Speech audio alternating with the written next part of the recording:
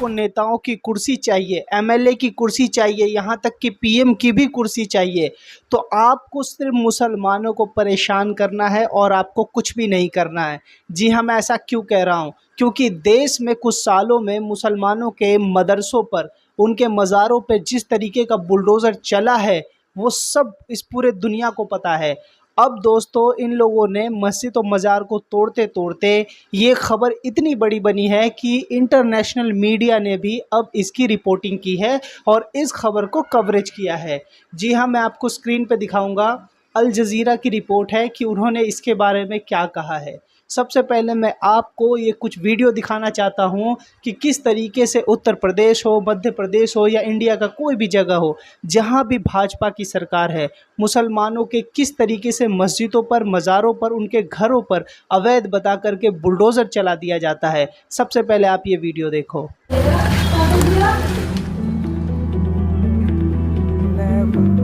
साल हो गए जब ये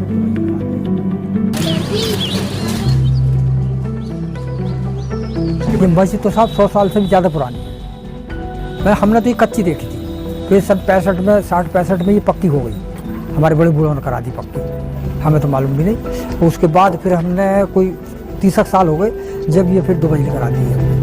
क्या लिखा है कि since Narendra Modi came to office in 2014, यानी कि नरेंद्र मोदी ने जब से पद संभाला है 2014 से, तब से ही जो इंडियन अथॉरिटीज हैं वो कई मस्जिदों को जो है वो डिमोलिश कर चुकी है। उन पर लगातार जो है वो बुलडोजर चल रहे हैं। अल जज़ीरा की रिपोर्ट में ये कहा गया है।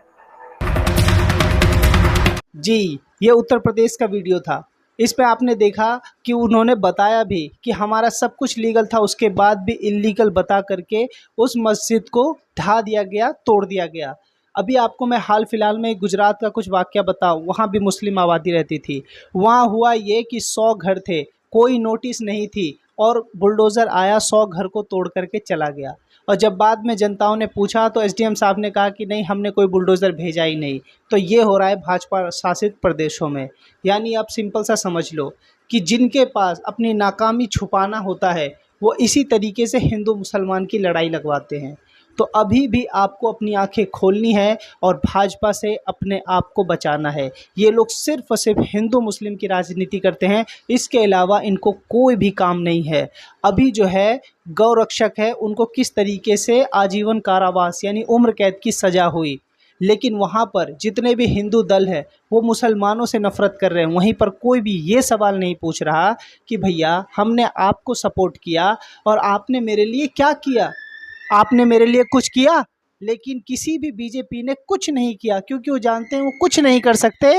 वो सिर्फ अपने गद्दी पर बैठे हुए हैं, जहां उनको पहुंचना था वो पहुंच चुके हैं और आप लोगों को बलि का बकरा वो बनाते हैं।